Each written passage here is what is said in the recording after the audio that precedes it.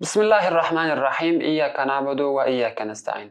Dostlar, bizler eger Qur'oni Karimning oyatlarini qarab ko'rsak, hadis shariflari qarab ko'rsak va olimlarning yozgan kitoblarini qarab ko'rsak, shu narsa mutavajjih bo'lyapsizki, Alloh tarafidan insonlara berilajak ne'matlarning eng kattalaridan biri va hatto aytib bilarsiz, hatto eng katta ne'mati jannat bo'lgan. Aslında Alloh tabarak va taoloni ko'rmaklik, jannatda Rasululloh alayhisolatu vassalam bilan bila yashamoqlik, Rasululloh alayhisalomni ko'rmaklik mening uchun katta bir ne'mat. Ammo mana bu ne'matlar ham jannatda topiliyor. Bir inson jannatga borsa, Alloh tabarak va taoloni ko'rmaklik va Rasululloh alayhisolatu vassalomga dushmoqlik ham jannatda topiliyor. Onun uchun aytib bilarsiz, jannat eng katta ne'matlardan biri bo'lgan. Va xo'shbaxtona bizni begandirib biljak zotlardan biriga ham shulki, mana shul jannatni ele getirmaklik va ya shul jannatga bormoqlik uchun Alloh o'z shariatida bizlara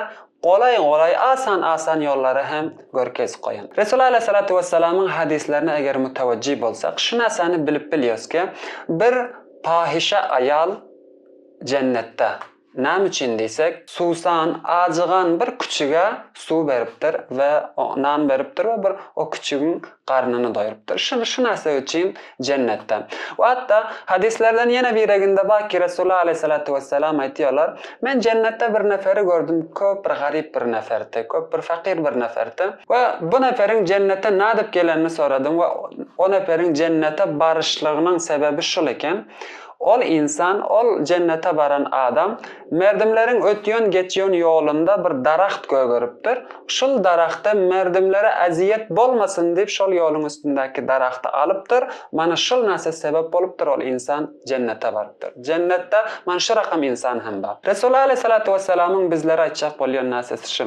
Agar biz islomga ko'ra yashasak, eng oson yo'ldan ham jannatni tapib bilarsiz va jannatga borib bilarsiz. Shuning shekilli. Shu narsa uchun bizning ba'zi zatlari kichik ko'rmamiz, buning savobini kim ko'rmamiz, mening fikrimcha katta bir ishtiboh bo'lgan. Alloh bizdan aslında jannatni bize bermaklik uchun, bizi jannatini olmoqlik uchun bizdan bir bahona istiyor. Jannatga borjaq bo'lsak va jannatda ibodatlarimiz bilan bila satın olib bilar desak, mana bu fikrdan bizning uzoq turishimiz kerak. Agar biz umrimizning hammasini ibodat bilan kechirsak ham, o zaman biz jannati, onun qiymati shu andoza bo'lar deb bizlar ibodat etdik. Ol ibodatimiz uchun biz jannatni olar deb, mana bu narsa bizning fikrimizga kelmasin. Chun bir joyki orada Alloh tabarak va taoloni ko'rmaklik insonning o'zini nasib bo'lgan. Orada Rasululloh alayhisolatu vassalamni ko'rmaklik va hatto Rasululloh alayhisolatu vassalam bilan hamsoya bo'lib yashamoqlik insona nasib bo'lgan. Onun uchun jannatning qadri va qiymati bizning fikr edishimizdan biroz kattaroq, biroz qiymatroq, biroz og'irroq bo'lib bilar. O yüzden bizning jannatga bormoqligimiz uchun Alloh tabarak va taolaning bizga ihson etmesi kerak.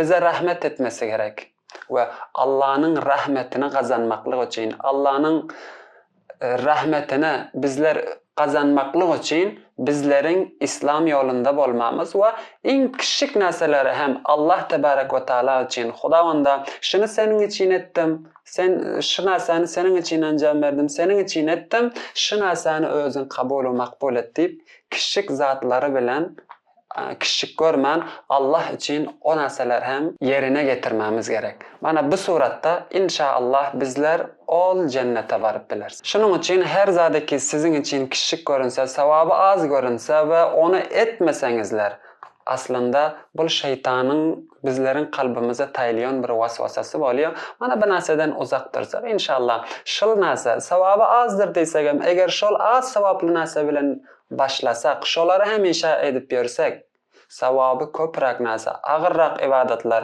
insonni og'irroq bo'lgan ibodatlari ham so'ng edib bilarsiz, yo'la düşen odam bo'ladi. Shuning uchun Rasululloh alayhisolatu vassalamning aytgan hadislari bilan so'zimni tamomlamoq istiyorum. La tahqiranna minal ma'ruf. Hech bir kichik narsani, savobi oz narsani kichik ko'rmanglar, haqir ko'rmanglar, xor ko'rmanglar. Bo'lib bilar shol narsa insonning o'zini jannatga bormoqligiga sabab bo'lsa. Assalomu alaykum va rahmatulloh.